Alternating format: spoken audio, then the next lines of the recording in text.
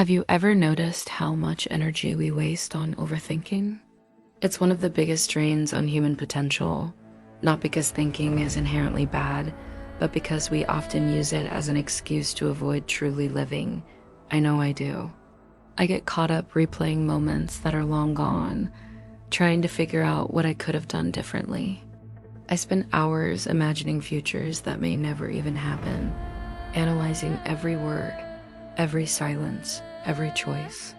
I get stuck in a loop of what ifs until I'm completely exhausted, and yet in the real world, absolutely nothing has changed.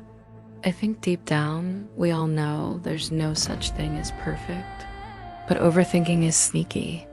It tricks us into believing that if we just think a little longer, plan a little better, or wait for the right moment, we'll finally get it right. But what are we really searching for? It's not perfection, it's safety. We're trying to think our way out of uncertainty and risk. The Roman emperor and philosopher Marcus Aurelius wrote something centuries ago that completely stopped me in my tracks. You have power over your mind, not outside events. Realize this and you will find strength. That hit me hard. It made me realize that most of my suffering doesn't come from what actually happens to me. It comes from how long I let those events live rent-free in my head. I used to believe that clarity came from more thinking, from mulling things over until I found the perfect answer. But I've learned that's not true. Clarity doesn't come from thinking. It comes from deciding. It comes from making a choice, from taking action, even when you're still unsure. Another Stoic philosopher, Seneca, said it perfectly. We suffer more often in imagination than in reality.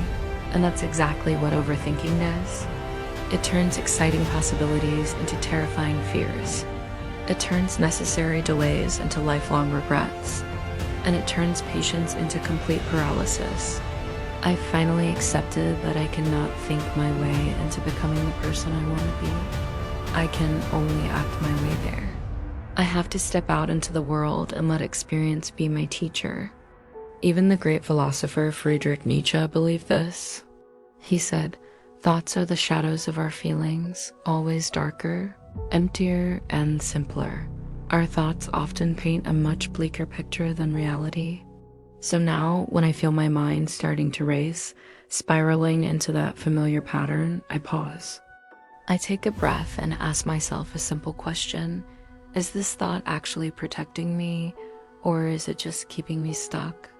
I've stopped waiting to feel ready, because I know that feeling may never come. Instead, I'm learning to trust myself enough to take the next step, even if it's imperfect, uncertain, and a little bit scary, because experience teaches us what overthinking never can. And movement, even the smallest step forward, brings a sense of peace that thinking alone will never provide. Thanks for watching. If this resonated with you, let me know in the comments, and don't forget to subscribe for more.